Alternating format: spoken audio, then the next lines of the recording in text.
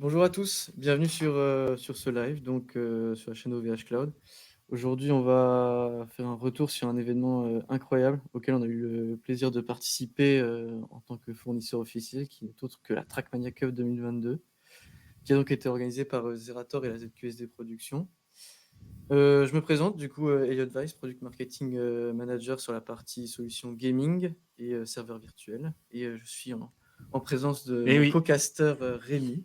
Moi c'est Rémi, je fais de l'évangélisation technologique chez OVH. Donc, je parle de beaucoup de produits techno, de choses cool qu'on peut faire avec. Et pour une fois, c'est réellement cool. Euh, ce qu'on peut faire, c'est un use case qui parle vraiment. Donc voilà, c'est tout pour moi. On va passer à nos invités en remote. Alors on a Christophe de chez nous également. Je te laisse te Hello à présenter. tous. Du coup, moi, je suis donc Christophe, je suis ingénieur logiciel et réseau chez OVH et je dirige une petite équipe qui donc qui conçoit et implémente des machines pour le traitement de paquets réseau et notamment dans notre périmètre fonctionnel, il y a la protection anti-DDoS de l'entreprise et des clients. Et, et du coup, on va passer à notre invité spécial. Bonjour à tous. Donc moi, c'est Tim, je suis le directeur général et surtout directeur technique chez ZQSD Productions. Et donc, je m'occupe principalement de pas mal de questions qui vont concerner un petit peu OVH aujourd'hui, que ce soit les réseaux, la sécurité et un petit peu aussi toute la partie audiovisuelle chez nous. Et donc voilà, c'est pour ça que je suis là aujourd'hui. Ça marche. On va revenir sur cet événement qui était quand même unique, pas uniquement pour vous, mais aussi pour vous, parce que si on parle rien qu'en chiffres, c'était exceptionnel cette année, avec notamment une finale incroyable à l'Accor Hotel Arena, que j'ai pas pu assister malheureusement, mais Je suis très content de m'être assis sur ton siège. ouais, bah, avec plaisir. Et ouais, de ton côté, Timothée, pas uniquement en tant que tech, mais en représentant de la ZQSD Productions, qu'est-ce que ça a été pour vous, cet événement? Comment vous l'avez vécu? À la fin, je suppose que vous deviez être content quand même? Ouais, c'était un sacré soulagement. Nous, la Trackmania Cup à Bercy, enfin l'Accor Arena, devait avoir lieu à la base en 2019-2020. Et après, il y a eu toute la situation Covid qu'on connaît tous. Donc forcément, c'est un événement qui a été répété pendant pratiquement 2 ans, où on n'entendait plus trop parler. Nous, on bossait pas vraiment dessus. Et au final, à force d'avoir des dates et des dates, on a réussi à en caler une et ça a pu se faire. Donc clairement, on l'attendait fortement l'événement. Et ça s'est super bien passé. Donc nous, on était super contents à la fin. Clairement, c'était un sacré soulagement parce que c'était quand même un petit peu l'aboutissement de la Trackmania Cup qu'on fait déjà depuis cette édition en physique et une dizaine au total depuis que Zerator a commencé. Mmh. Ouais, parce que du coup, cette édition, elle a duré quasiment 2 mois en termes de durée, parce que ça a commencé du coup le 14 avril avec les prépas, les qualifs Ouais, et exactement. puis après les phases finales et la finale en juin, quoi. Donc c'était un travail de longue haleine. Ouais, la Trackmania Cup, ça démarre toujours par Zerator pendant pratiquement un mois qui va construire les maps. Faut bien se dire que cet événement-là, quand on l'a imaginé à la base, c'était de se dire on prend un jeu qui n'est pas le plus connu sur le marché, très Mmh. clairement. Un jeu français qui est fait par Nadeo, avec qui on parle nous très très souvent. Et on va prendre les meilleurs joueurs du monde et on va les faire jouer sur des maps de merde. Zerator ne doit pas être là aujourd'hui, donc il m'en voudra pas. Mais le principe était vraiment de se dire voilà, on prend les meilleurs joueurs et on les fait jouer sur des maps dont ils n'ont pas forcément l'habitude de jouer dessus. Et donc Zerator, chaque année, il construit entre 10 et 15 maps qui sont complètement différentes de ce que les joueurs peuvent faire habituellement. Et donc les joueurs ont un petit mois pour s'entraîner.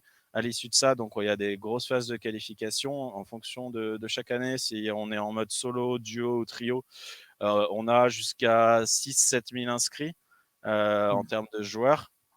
Et donc ça fait sur le premier week-end de qualification énormément de personnes pour à la fin n'en garder que entre 8 et 16.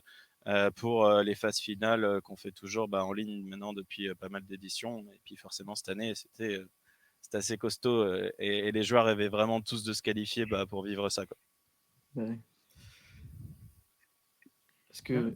Vas-y, après Ah, toi, après toi. Non, moi, ce que je trouve toujours intéressant, c'est aussi l'engouement qu'il y a autour des mois avant, lorsque c'est la phase de construction, parce que Zerator Twitch la construction des maps, la plupart, enfin, pour certaines, pas forcément totalité, parce qu'il faut forcément qu'ils gardent quelques surprises pour l'édition finale, mais ça permet aussi de construire une certaine hype, et je pense que ça doit être extrêmement motivant aussi quand on voit le suivi qu'il peut y avoir en amont comme ça d'une édition, de voir que ça monte, de voir les gens qui passent qui vont s'inscrire pour les phases de qualification, et de voir qu'il va y avoir des milliers de personnes qui essayent de briller une place pour pouvoir arriver à l'événement physique comme ça.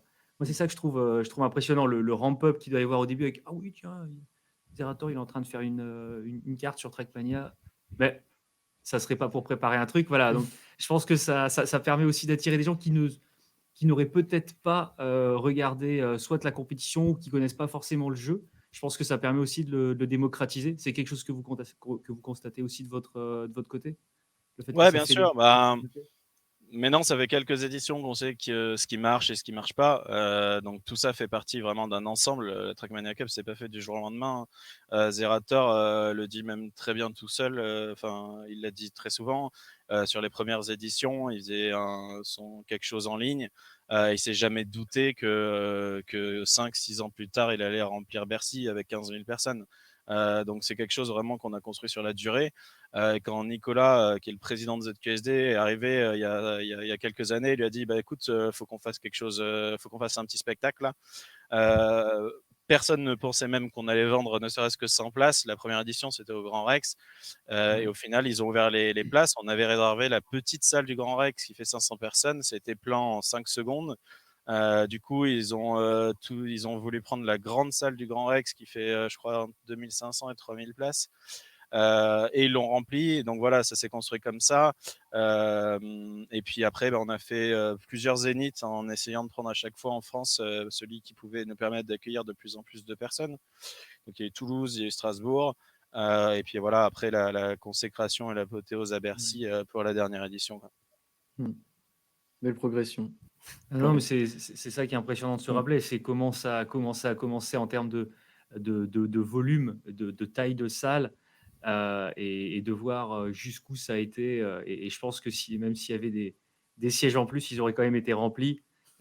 Surtout, en fait, finalement, avec la période actuelle qu'on a tous connue, je pense que ça a permis aussi à des gens de se dire « Ah, mais tiens, il y a cet événement-là qui existe. Si jamais ça réouvre et qu'il y a des places en plus, j'en prendrais peut-être une, alors qu'il n'aurait peut-être pas fait en 2019. » Nous, c'est des choses qui nous faisaient un petit peu peur, en fait, dans l'autre sens, parce que les places pour Bercy, elles ont été ouvertes lors du dernier spectacle, donc sur le dernier Zénith. On a vendu pratiquement l'intégralité des places lors de la première soirée. L'e-sport, à ce moment-là, Bercy, de toute façon, ils nous ont vu arriver avec une petite société française, tout ça, on n'était pas trop pris en sérieux. Puis quand on a rempli 13 000 places dans la soirée, c'était beaucoup plus facile de leur parler derrière. Nous, ce qui en avait peur 2 ans après avec justement la situation, c'est qu'il y ait pas mal de gens qui avaient acheté des places et qui ne venaient pas. Donc il y a eu pas mal de renouvellements, ce qui fait que jusqu'à la fin, il y a toujours eu quelques places de disponibles. Donc ça, c'était bien parce que les gens qui ont pu venir, et au final, c'était quand même plein, donc on était content. Et il y a eu des places jusqu'au bout.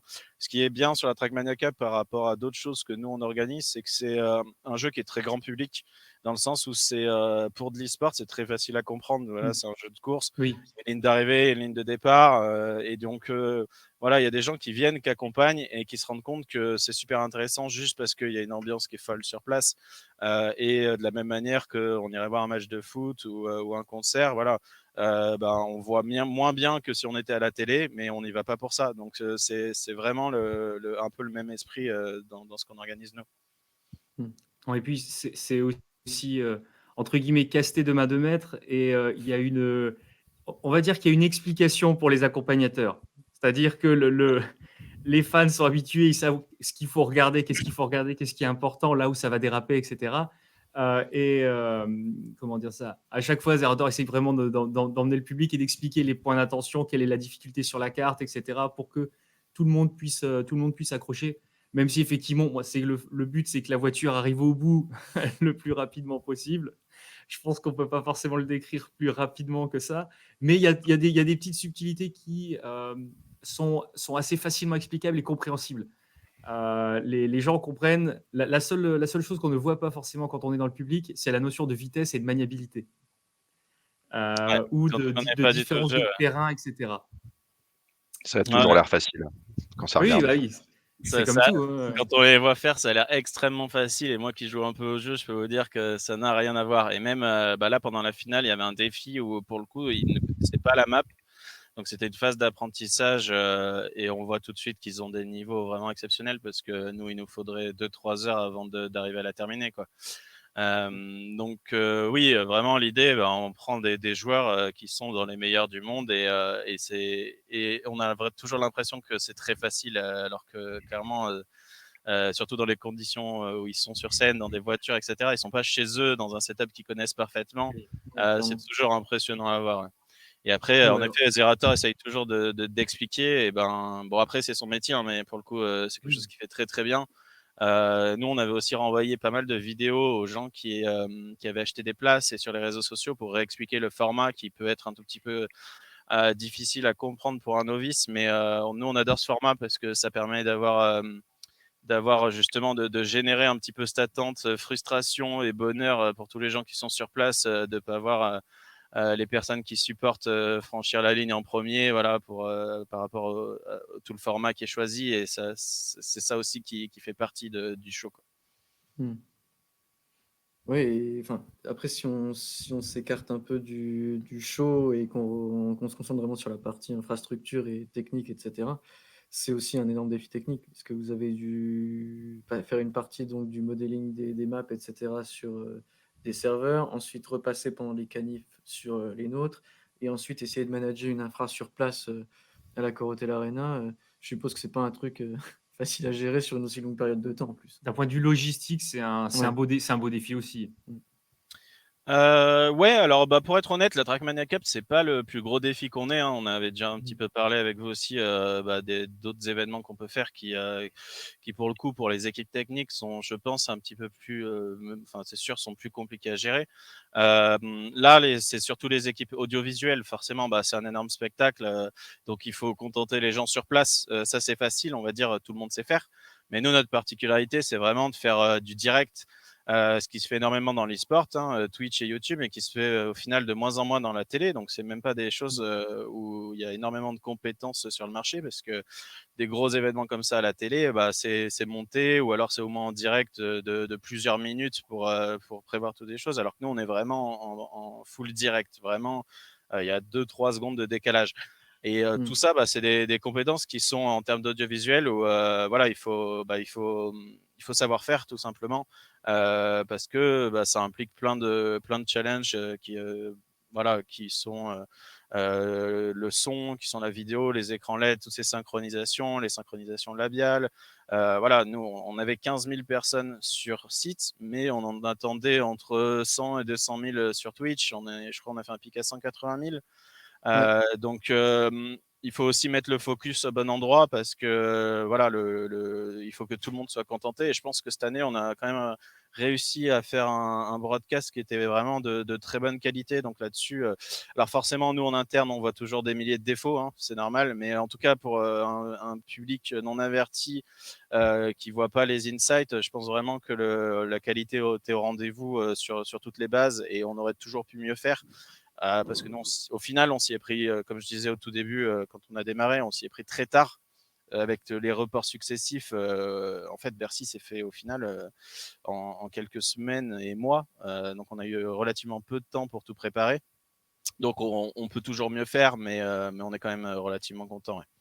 Et après, en pure technique, pour revenir sur ta question, donc sur la Trackmania Cup, en effet, donc on a les qualifications. Là, pour le coup, il y a un petit challenge parce qu'on a quand même pas mal de joueurs. Donc, je crois que cette année, On avait, je veux pas dire de bêtises, je sais plus si on avait 3000 duos ou 3000, je crois qu'on avait 3000 duos, donc sur le premier Ouais, round. vous aviez 2000 et quelques duos, ouais, c'est ça. 2000, ouais, 2600, je crois. Donc 2600 duos sur le premier round. Donc là, ben, ça veut dire 2600 joueurs qui doivent se connecter en même temps sur un serveur. Donc c'est là où nous, on utilise les serveurs OVH Cloud, donc les serveurs game qu'on utilise Ouais. déjà depuis quelques années avec les différentes évolutions que vous avez proposées, que vous nous avez proposées chaque année et que vous proposez aussi au grand public. Donc ces serveurs-là, nous on les utilise pour répartir les différents serveurs Trackmania in-game. Donc on met plusieurs serveurs Trackmania sur les serveurs, sur chaque serveur OVH pour un petit peu répartir la charge.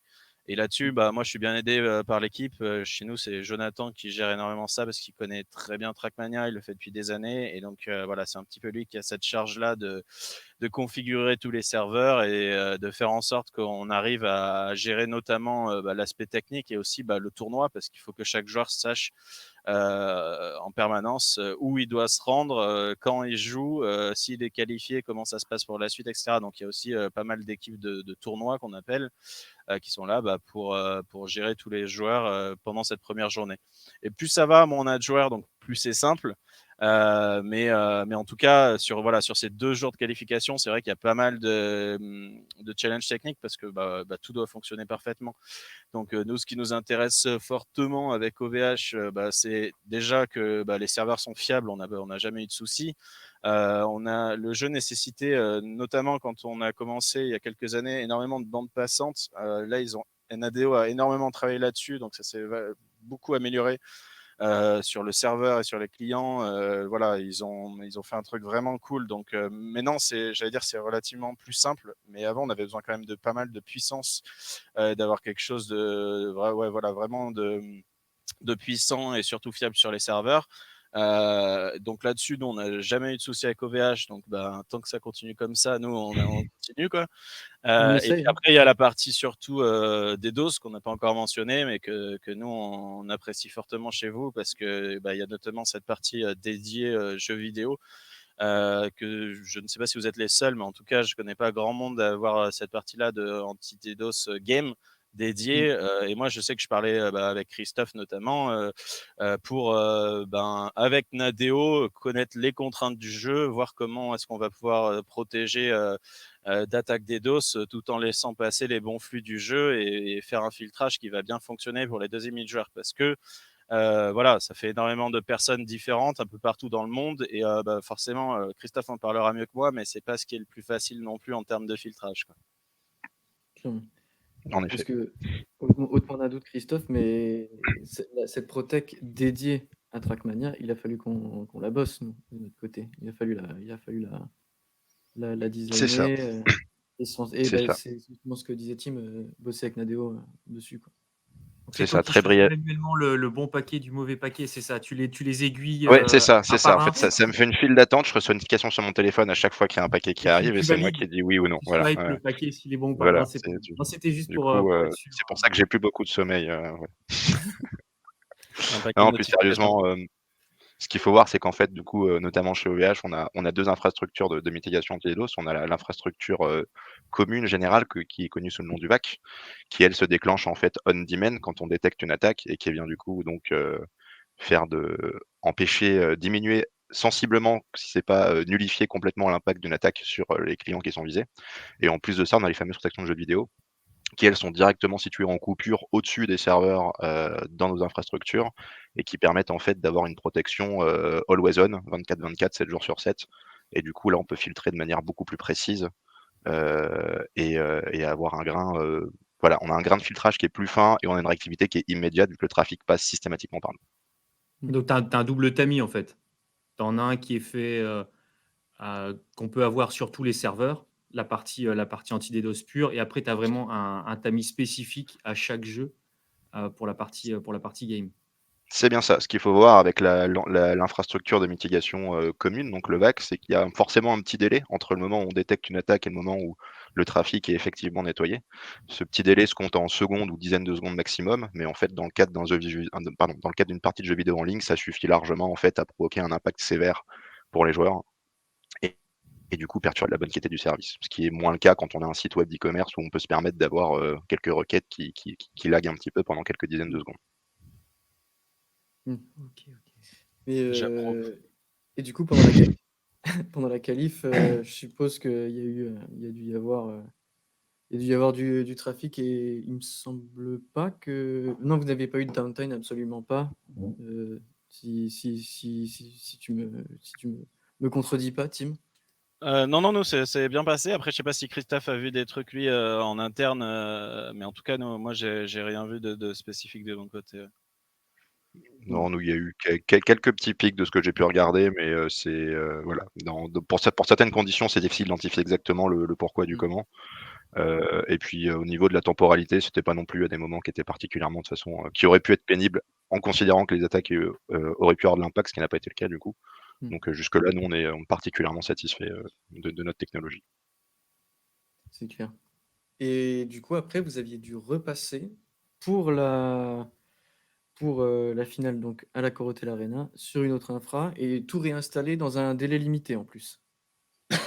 Ouais, donc en fait, nous, quand on fait les finales en ligne, donc on a toujours, en fait, Trackmania le permet, donc c'est la chance qu'on a parce qu'il y a pratiquement plus aucun jeu aujourd'hui qui se joue en vrai LAN, hein. On dit souvent qu'on fait des LAN, mais en fait, aujourd'hui, moi, quand on organise des LAN, la première chose que je fais, c'est trouver un accès Internet euh, et un gros accès Internet parce que maintenant, les gens ont tous, enfin, en tout cas, dans les grandes villes, beaucoup de personnes ont la fibre très facilement et pas cher.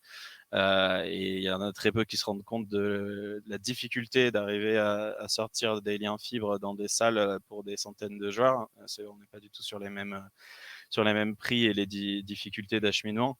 Et du coup, ben, forcément, là, Trackmania, c'est un jeu qui permet de se jouer en LAN. Donc, nous, on en profite, notamment sur l'Accor Hotel ou il y a sur l'Accor Arena où on a une grande scène centrale qui fait quand même pratiquement 50 mètres carrés. Hein, c'est assez énorme. Nous, on peut marcher sous la scène pour vous rendre compte. Donc, nous, en fait, on va mettre un serveur directement sous les joueurs qui va nous permettre vraiment d'avoir un local et d'être 100% serein de ce qui va se faire. Donc là, on n'a plus de problème de DDoS. Si on a une panne Internet, les joueurs n'auront aucun impact et peuvent continuer à jouer. Et nous, après, de notre côté, pour toute la partie broadcast et stream, on va avoir des solutions de backup ce qui fait que c'est beaucoup plus simple techniquement pour nous. Et si jamais on a des problèmes avec nos serveurs locaux, nous on avait locaux, on a toujours la possibilité en backup pour le coup, on avait les serveurs OVH prêts disponibles avec toutes les maps prêts et il n'y avait plus qu'à lancer dessus. Donc ça nous permet un peu d'avoir de couvrir toutes les pannes possibles, en tout cas dans le scope du temps et du timing qu'on a. C'est là où nous, un petit peu, on s'arrête en termes de protection et de backup. Mmh. Pas mal, pas mal. Non, mais c'est intéressant à savoir aussi parce que c'est vrai qu'il y a il y a de moins en moins de jeux qui sont conçus pour tourner vraiment en circuit fermé, qui n'ont pas besoin de connexion internet. Et je pense que c'est vraiment intéressant dans le cas d'événements ou même pour faire des LAN, peu importe leur taille, d'au moins avoir cette capacité vraiment de pouvoir tourner en circuit fermé. Si besoin, déjà, ça peut être intéressant pour des gains de performance. Parce que là, on l'a vu pendant la finale, ça peut se jouer à 1 milliseconde. Ouais, sur Donc, Trackmania, même plus, ouais. Ils sont avoir c'est la déjà arrivé. capacité. Ouais. Alors après le jeu est très bien codé donc pour le coup, qu'on soit en LAN ou sur des serveurs cloud, ça changera pas grand-chose. Parce que de toute façon, bah, voilà, il y a des temps qui sont d'abord sur le client du jeu, ensuite sont envoyés au serveur donc la milliseconde n'impactera pas, on va dire le résultat et le classement d'une course. OK. Par contre, ce qui est sûr, c'est qu'en effet pour les LAN aujourd'hui, il y a, nous tout ce qu'on peut organiser depuis plusieurs années, en fait, c'est des LAN, mais tous jouent en ligne. Donc, nous, on a beaucoup de jeux où il y a des serveurs sur des gros hébergeurs, que ce soit OVH ou des concurrents américains et j'en passe. Mais en tout cas, tous les gros services, il y a énormément d'éditeurs de jeux vidéo qui n'hébergent plus leurs serveurs chez eux, mais vont passer par des services annexes qui vont le faire mieux et plus simplement. Donc, nous, on doit ouvrir des chemins vers toutes ces personnes-là et s'assurer que ça passe bien. Et donc notamment sur la ZLAN, nous on a très souvent, on utilise très souvent les serveurs OVH parce qu'on a certains jeux qu'on va directement mettre chez vous, ce qui permet avec nos liens que ça soit donc ça reste du cloud, mais en tout cas avec les différentes protections qu'on met en place entre vous et nous, moi ça me permet d'être serein en tout cas sur 3 jeux sur les 10 on va dire, si je prends le cas d'une ZLAN. Ce qui me permet en cas de gros problèmes ou d'attaque DDoS, d'avoir des backups et d'éventuellement changer des plannings pour jouer à d'autres jeux en attendant et ensuite d'attendre d'effectuer les corrections ou les mitigations nécessaires et d'arriver à repartir en termes de service sur d'autres jeux.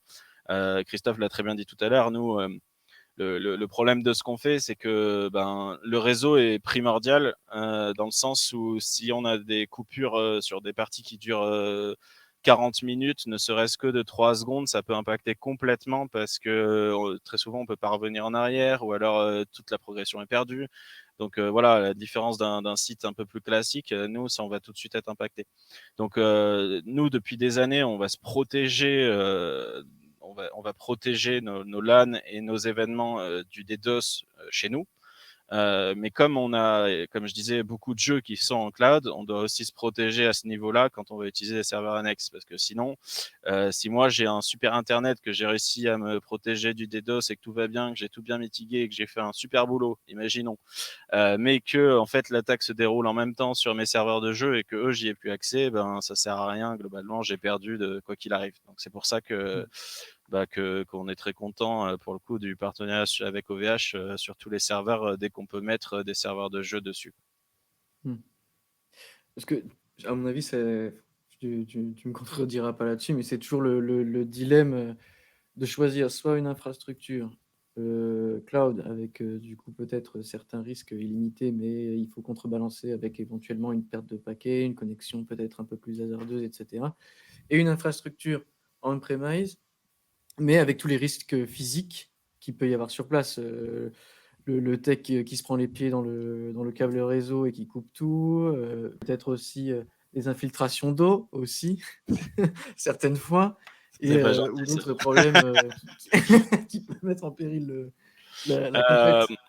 ouais, donc nous en événementiel c'est un peu différent, mais en vrai avec les exemples que tu viens de donner, on retombe à peu près quand même sur les mêmes difficultés et les mêmes challenges qu'une entreprise classique. C'est en effet pour ce qui est des serveurs, de toute façon, nous pour le coup, on a des demandes de puissance de serveur qui sont assez importantes.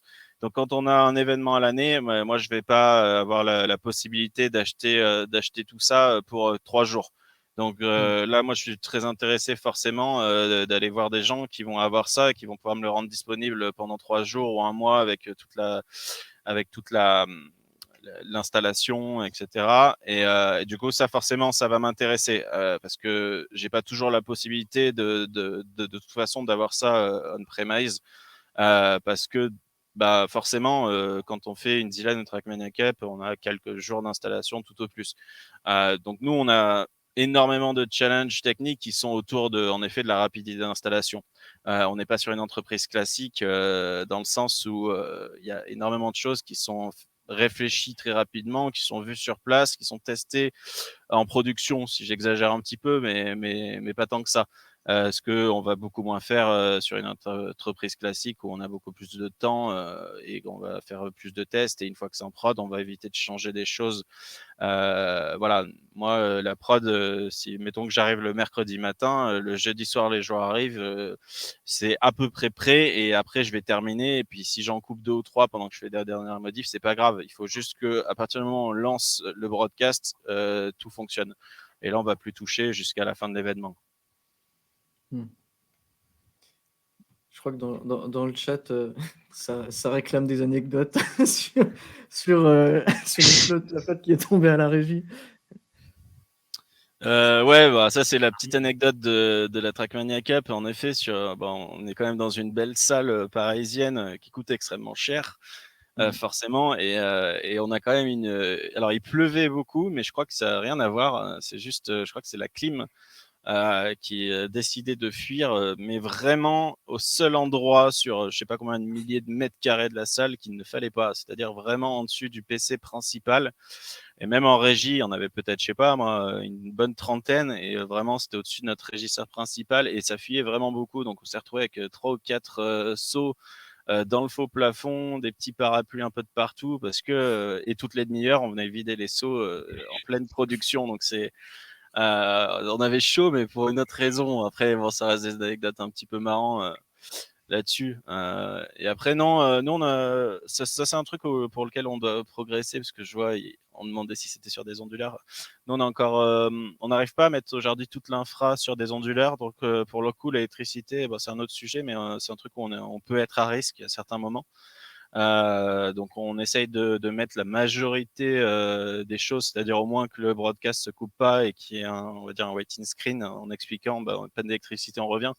Mais de toute façon, on ne pourra jamais faire des miracles, parce qu'il faut bien se rendre compte sur une scène comme ça, en termes de son et surtout de light, ça implique une quantité astronomique d'électricité sur certains moments du show.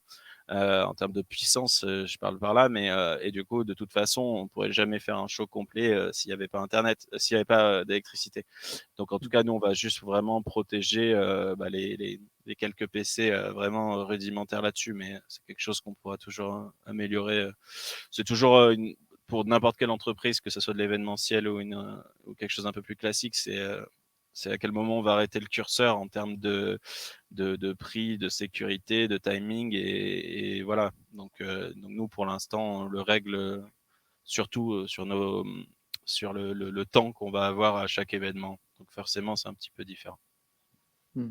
Non, mais c'est une problématique qu'on voit même dans d'autres industries, ou même si c'était une infra entre guillemets, «classique», d'entreprise. C'est toujours essayer d'estimer, on va dire, le plus critique, et toujours commencer par ça et se dire: «Bah, peut-être, on ne pourra se permettre de», admettons, dans ces cas-là, d'onduler ou de supporter électriquement, uniquement cette petite partie-là, mais qui va faire qu'admettons 80 du boulot, c'est-à-dire pouvoir continuer à envoyer le flux. Ce qui, au final, au vu de la proportion des viewers, par exemple, est le plus important. Entre, garder les spots allumés pour que les gens puissent voir, où ils marchent pour aller chercher un hot dog dans une salle avec les spots, ou le flux pour 180 000 visiteurs. Je pense que le choix est vite fait si jamais il faut conserver, les spots ou le broadcast, la décision va être vite vue. Donc c'est ça qui est important finalement, c'est au moins de se poser la question, de se dire quels sont les éléments, les plus importants, et comment dire ça? D'en vérifier la chaîne et puis de se dire: «Bah, oui, on peut pas, tout ne peut pas être à double 100 partout». Sinon, à un moment ou à un autre, il va y avoir, où il faut faire un partenariat avec, General Motors ou, Rolls-Royce pour avoir des énormes générateurs, devant, mais là, Ouais, t'as c'est pas gros. plus, je pense pas que ce soit le boulot ni le but de la Trackmania Cup d'avoir 40 mégawatts, devant, pour faire le backup électrique des salles dans lesquelles vous arrivez. Oh C'est une non, autre mais activité. il y a pas besoin d'aller jusque-là, hein. Moi, là, je suis dans nos studios lyonnais, c'est là où on a plusieurs plateaux, et je suis en train de regretter fortement qu'on n'ait pas plus de ventilateurs, parce qu'il fait beaucoup trop chaud. Alors nous, c'est l'inverse, on a coupé la clim en arrivant dans notre salle. Ah non, Il faisait extrêmement froid. je vous déteste. Ah bah, écoute, on peut pas tout avoir. On Voilà, peut pas avoir les beaux plans, Trackmania voilà. Cup et une bonne clim. C'est vrai, c'est vrai. Nous, on Faut n'a pas choisir. nous, on n'a pas un mur d'écran, ça se trouve, c'est le mur d'écran plasma qui te réchauffe dans le dos. Non, non, Heu, non. Non, là, il fait, sur Lyon, il fait encore très chaud. Justement, c'est peut-être aussi, ça m'amène du coup à ma question, et n'hésitez pas surtout aussi dans le chat, si vous avez, des questions, que vous souhaitez poser. Quel a été le moment pour vous le plus critique, le plus stressant pendant la finale? D'un point de vue tech? Hem, Hors la flotte. On va oublier la ouais, flotte, on va hors la oublier ouais, ce ça sujet. ça, c'est un hem, impondérable, on peut pas, mais j'étais assez serein sur le réseau, parce que on a fait une grosse valise, avec plein de d'opérateurs différents et plein de bornes 4G, 5G et tout bondé, sur un serveur OVH d'ailleurs, mais et un autre. Donc ça me permet vraiment d'avoir des gros backups au cas où j'ai des pertes de fibres ou des choses comme ça sur des événements. Donc ça, c'est une valise que nous, on amène sur pas mal d'événements qu'on a construit nous-mêmes. Donc là-dessus, j'étais vraiment serein parce que c'est beaucoup plus simple que sur une ZLAN ou d'autres événements qu'on peut faire pour le coup. Donc après, là où on va dire où c'est le plus compliqué sur la Trackmania Cup, parce qu'on si on focus là-dessus aujourd'hui, ça va être sur la partie audiovisuelle et je pense notamment, il faut savoir que ce show-là, on a vraiment allez, il y avait quoi? Il y a 2 jours de montage et normalement, on a une journée où on fait des répétitions, des tests et comme d'habitude, les répétitions et les tests se passent extrêmement mal avec rien qui fonctionne, rien qui est dans le timing, tout le monde qui a pas fini d'encoder ou de faire des choses, les vidéos qui sont pas encore arrivées, des problèmes de dernière minute parce que c'est de l'événementiel et donc comme d'habitude, ça a marché super bien en prod pour en tout cas pour ce qui s'est vu. Mais c'est vrai que c'est toujours là où c'est le plus stressant, c'est quand on va vraiment prévoir des grosses séquences où tout doit être synchronisé, vraiment bien synchronisé. Et quand il y a des choses pendant la répétition, parce qu'il y a beaucoup de corps de métier qui vont intervenir sur ces juste 2 ou 3 minutes, et forcément, tu es toujours en stress de te dire est-ce que tout va bien marcher, mais en même temps, c'est vraiment pour ça qu'on fait ce métier parce que moi, typiquement, au moment de l'intro, j'avais rien à faire et du coup, je suis rentré dans la salle et j'étais en plein milieu de l'ambiance et j'ai vu le résultat voilà, de 2 ans d'attente et ça met des frissons comme jamais et c'est vraiment ça qui est génial dans le métier, quoi. Parce que il y avait 15 000 personnes qui étaient en train d'hurler parce qu'on voit les résultats de ce qu'on a vu en répète, que ça fonctionne. Et puis moi, j'étais avec 2 personnes, 2 de mes associés. Et vraiment, voilà, on était quand même assez fiers de ce que tout le monde était en train de faire à ce moment-là. Et c'est génial à vivre. Donc ça, c'était cool. Mais c'est vrai que pendant les répétitions, t'as toujours un peu chaud. Et surtout là, en fait, il y a eu En fait, on a été invité à l'Élysée le jour des répétitions. C'est quelque chose qui s'est fait très rapidement Ah parce oui, que on voit ça. je veux pas trop en parler parce que voilà, c'est de la politique, mais en tout cas, l'e-sport français, pour une fois, était, on va dire, reconnu. Mmh. Et donc, le problème, c'est que nous, on était en pleine répétition et on a perdu notre live producteur, on a perdu quelqu'un qui est en pleine régie d'habitude. Voilà, donc des personnes qui sont vraiment très importantes pour tous les tests. Et donc, on a eu pratiquement 3-4 heures de retard. Donc, c'était un vrai risque qu'on prenait, mais en même temps, on n'avait pas vraiment le choix. Donc c'est pour ça que ça, plus les retards accumulés qui sont, on va dire, un peu plus classiques dans un montage événementiel, fait qu'on avait un petit peu chaud. Mmh. Après, enfin, oui, c'est vrai qu'il faut manager, faire le choix entre la logistique et la visu parce que, bon, peut-être qu'après, d'un autre côté, ça vous a permis aussi, de mettre un peu plus en lumière l'événement, parce que je crois que Zera a pu brièvement prendre la parole à ce moment-là, à l'Élysée et mettre en avant, la compète. Mais c'est vrai que lorsque tu as le personnel qui est censé être mobilisé sur la prépa, qui est pas là, nous aussi, de temps en temps, les points de vue tech avec les personnes qui sont mobilisées au mauvais endroit, ça crée tout de suite une angoisse, au niveau de Après, l'équipe. c'est important pour notre domaine parce que l'e-sport c'est très très jeune, hein, ça évolue Mmh, bien, ça évolue très vite. Mais en même temps, voilà, nous quand on fait des événements, bon, quand on a un bon contact chez OVH, que ça soit pour des serveurs, voilà, tout va très vite, c'est parfait. Mais sinon, on a envie d'aller dans une petite ville avec un maire qui connaît absolument pas du tout et qui se dit juste, moi, je vois juste que mon petit-fils il veut jouer beaucoup trop aux jeux vidéo. Le contact peut être parfois vraiment très compliqué et c'est vrai que mmh, ce type de rendez-vous, de choses comme ça qui peuvent montrer que c'est un vrai domaine et que ça évolue et qu'il y a des gens sérieux et des gens qui mmh, travaillent dans le secteur, pour nous, c'est très important pour la continuité. mmh. Bah, Ça, surtout ça, que ça démocratise l'activité, ça a un côté pédagogique aussi, et ça montre que c'est pas forcément comme ce qu'on voyait il y a quelques années avec les fameux documentaires sur les Meuporg, etc.,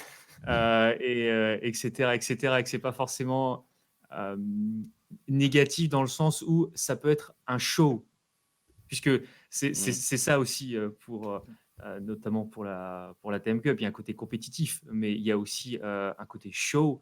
Ah oui, c'est Et complètement ça, la Trackmania Cup, hein. C'est un spectacle, c'est voilà, rien d'autre. Zera le dit d'ailleurs assez souvent dans le sens, c'est un spectacle. Le but est que ce soit compétitif, mais dans le fun. C'est-à-dire, c'est pas forcément le meilleur qui va gagner. Enfin, pour tirer le trait un peu plus gros, ça va être le meilleur le jour J qui va gagner, mais c'est pas forcément le top, le numéro 1 mondial ou Oui, celui qui a le world record sur la on, carte qui va gagner. on n'a jamais dit il y a une compétition officielle Trackmania avec Oui. les championnats du monde où le but Mais qui c'est est un vraiment autre d'avoir les style, meilleurs dans joueurs, le ce qui est, sens qui est complètement différent de ce qu'on peut faire nous. Ouais. Et nous, ouais, toute la compétition est vraiment axée autour d'un show. Donc, et en ce sens-là, on se rapproche vraiment du sport classique. Hein, quand on regarde la NBA ou certains sports où tout est axé aussi autour du show. Et c'est ça qui fait que les gens ont aussi envie d'aller voir des matchs et pas seulement du sport.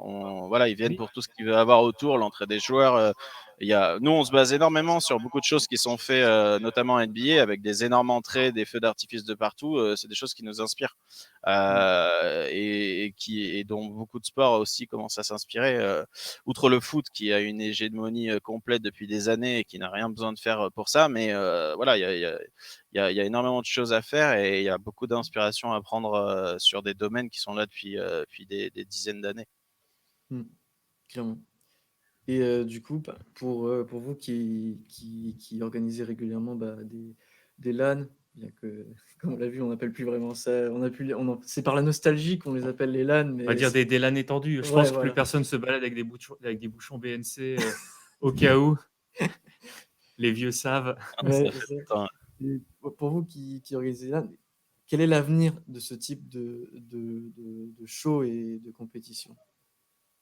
Sur la Trackmania Cup, Zera l'a un petit peu rappelé. Nous, on considère que c'était un petit peu la dernière édition de la Trackmania Cup telle qu'on l'a conçue et telle qu'on la connaît. Voilà, je pense qu'il faut savoir s'arrêter sur quelque chose qui a super bien marché. Et maintenant, il va falloir se renouveler, changer le concept. Voilà, pour le coup, je peux pas vous répondre parce que je n'ai aucune information dans le sens où ça, c'est nous, mais c'est surtout Zerator qui va amener beaucoup d'idées et on va voir ensemble ce qu'on va faire par la suite.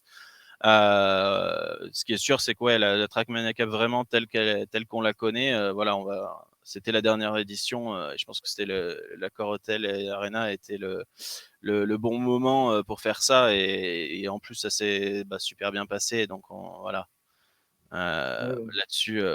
Et nous, on a toujours les ILAN et pas mal d'autres événements qui vont arriver.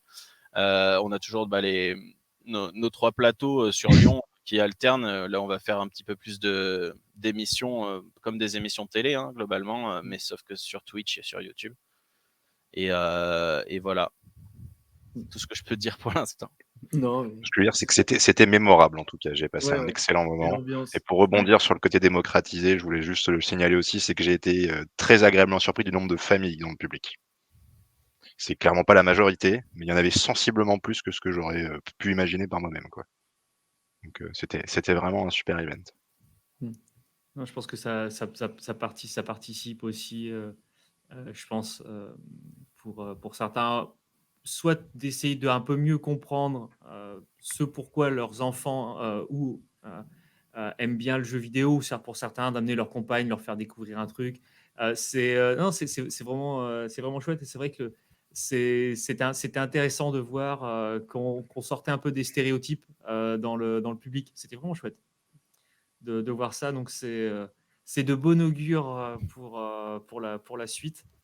Et je pense même pour vous, ça reste intéressant sur des jeux vidéo de ce type, d'avoir 2 streams d'événements, certains qui soient extrêmement compétitifs, où on va tirer vraiment le meilleur des joueurs, et des événements qui soient plus démocratisants, et où là, c'est vraiment du fun, mais avec quand même une touche de il faut un premier et on shamera le dernier, quoi. Voilà, les deux sont intéressants, pas pour les mêmes raisons, potentiellement pour le même public, mais ça permet d'avoir une hype différente à des moments différents, et je pense d'agrandir la fanbase.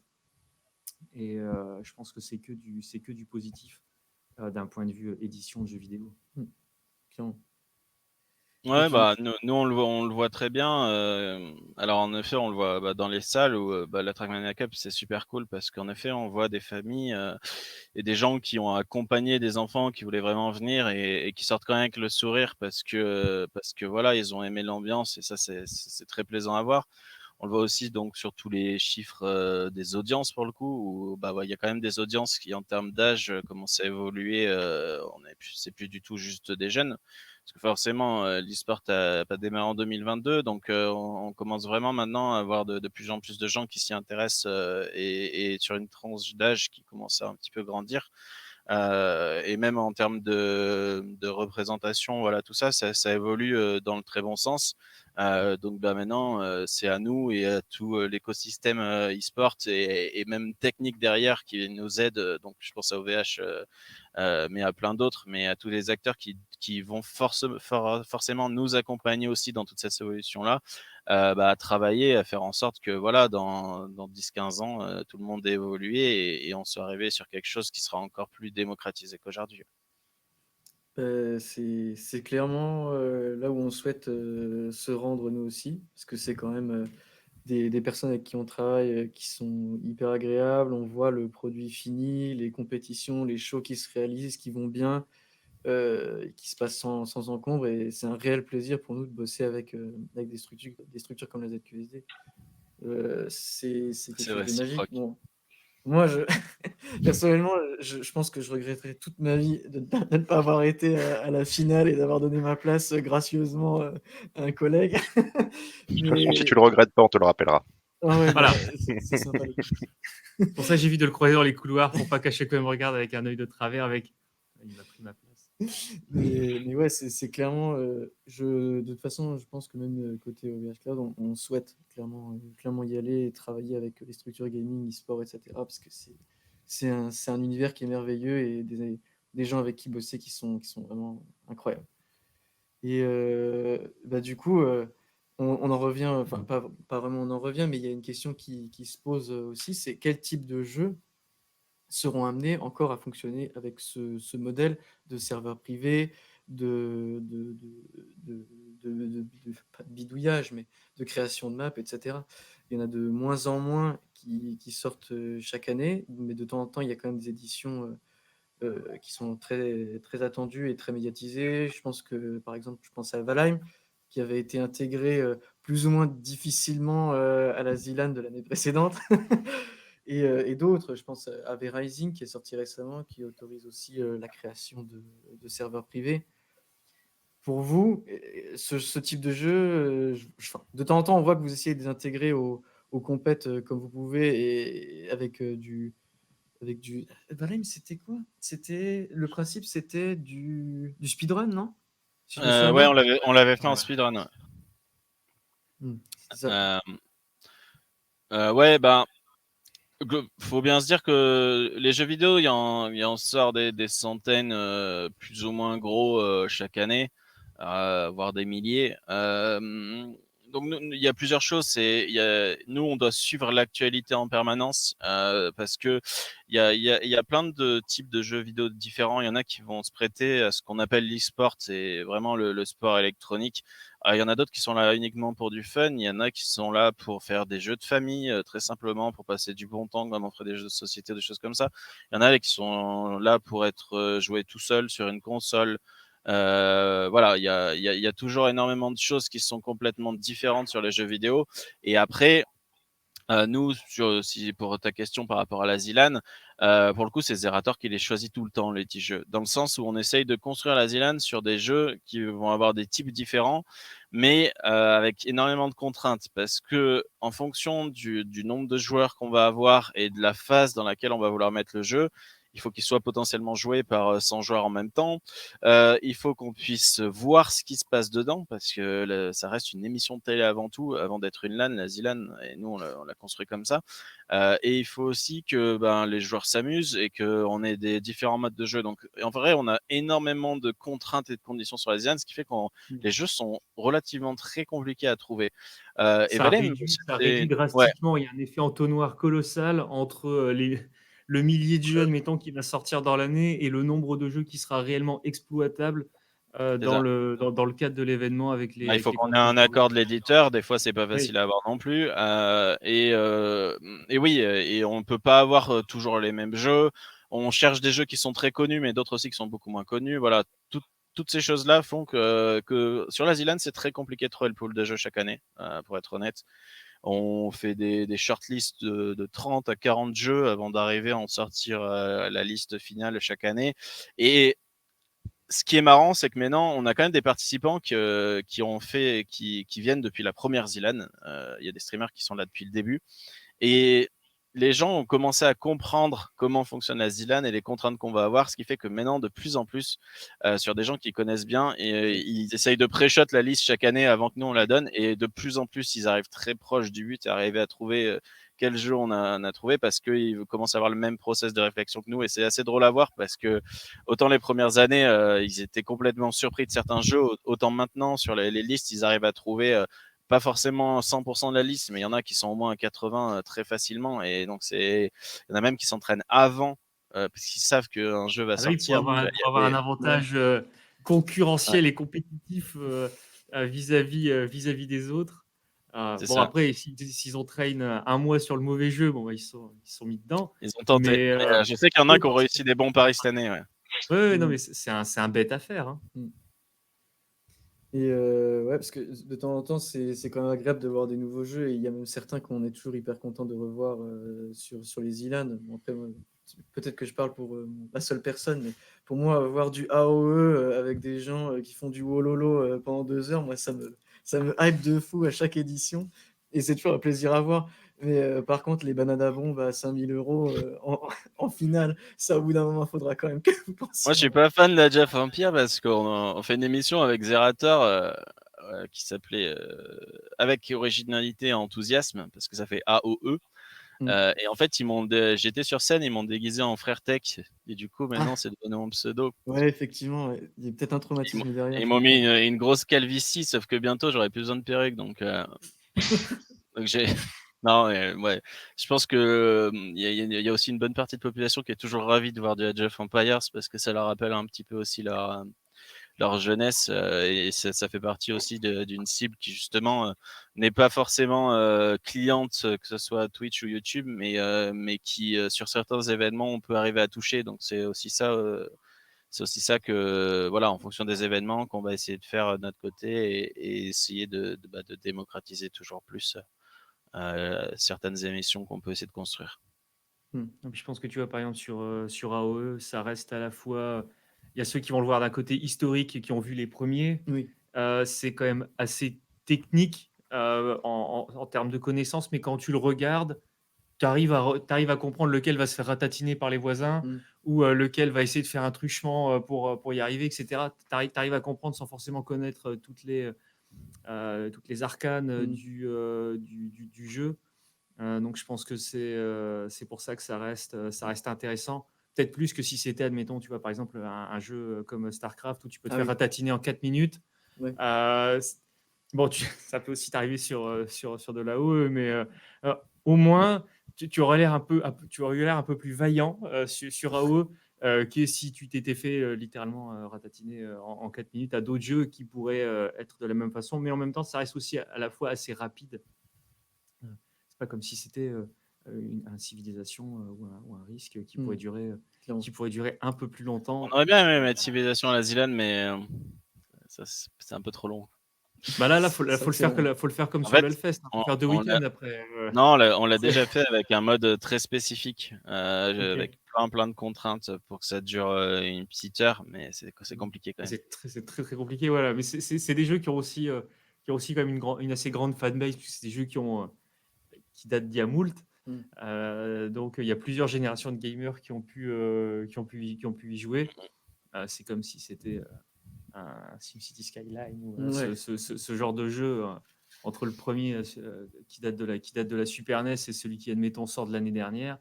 Tu arrives quand même à ratisser sur 30 ans de gaming. Mm. Ça fait que c'est des types de jeux qui peuvent avoir un public. Quoi. Ouais, mais en tout cas, pour nous, c'est toujours un plaisir de bosser sur ce genre d'événements, même sur des projets avec du Valheim en speedrun plus ou moins hasardeux. Mais c'est toujours après, bon, c'est le problème de notre Christophe, toujours de design les protèques dans les Ouais. temps avant les compètes, histoire que le truc tienne à peu près la route. C'est Mais- pour ça que je pense que tu dois être heureux qu'il n'y ait pas 1000 jeux par an qui percent. Ouais. Pour pas avoir. Ceci dit, tu auras une belle bibliothèque Steam, mais ça. T'es mute, Christophe. Ton micro. Ah, excusez-moi, c'est parce qu'il y avait un peu de bruit, je me suis muté et du coup j'ai oublié de le retirer. Oui, du coup, je Bah, disais, du ouais, coup, on a forcément, raté si toute on a. l'explication intéressante. Dommage. Ah non, bah, je disais juste que c'est vrai que si on a 40 jeux qui sortent tous les ans et qui autorisent l'installation sur serveur dédié et qu'on doit protéger, ouais, on va commencer sérieusement à manquer de main-d'œuvre à force. Hmm. Je pense aussi. Non, mais c'est bien comme ça. Ça va finir à avoir une team colossale avec une connaissance à la fois technique, réseau et jeux vidéo, ce qui est pas mal. Je pense que ça fait une belle ligne sur le CV si l'équipe fait x2 ou x3 dans la partie gaming. Ouais, je vois le commentaire de GooseDev dans le chat. C'est vrai qu'il y a Ark, d'ailleurs, qui fait partie des jeux préconfigurés sur nos serveurs et qui a une belle commu, d'ailleurs, en plus. Je m'avance pas trop parce que j'y ai fait un tour rapide, mais un jeu aussi incroyable. Mais voilà. Ouais. Ça y est, je vois que les gens votent pour Ark à la prochaine Zilan. Allez, bonne chance, hein, Voilà. Timothée. Bon courage. Mais de toute façon, vu que c'est pas toi qui J'ai plus de choisis. micro. Non, mais voilà, non, c'est toujours hyper agréable. Et voilà, donc on a hâte de voir nos prochaines collabs avec, Ouais. avec la ZQSD. Puis peut-être un jour, mais alors là, je m'avance grandement et peut-être que je me ferai licencier par la suite. Mais pourquoi pas une compétition OVH Cloud sur nos serveurs et créer notre truc. Moi, tant que je peux prendre ta place et m'asseoir sur ton siège le jour de l'événement, tu peux essayer d'organiser ce que tu veux. C'est le résultat qui compte. Ok, bah je vois que du coup Avec on plaisir. est proche de la fin du live. Ouais. Donc merci à tous d'être venus et d'avoir suivi cette session avec Timothée Malossan, directeur technique de la ZQSD Production. Et encore une fois, GG à tout le monde Ouais. pour cet event de malade et qui était Et puis, incroyable. on remercie Christophe de nos équipes aussi qui est venu pour être notre caution technique interne sur le déploiement, la partie réseau, protection, etc. Ouais, un travail de ouf Avec plaisir. et voilà, Je transmettrai à l'équipe. Merci. Bien joué à vous avec tous. plaisir. Et du coup, on va se laisser là. Merci à tous d'avoir suivi le live et puis Ouais. à une prochaine fois. À vous les À studios. bientôt. Merci à tous. Salut à tous. Salut. Bonne journée à tous.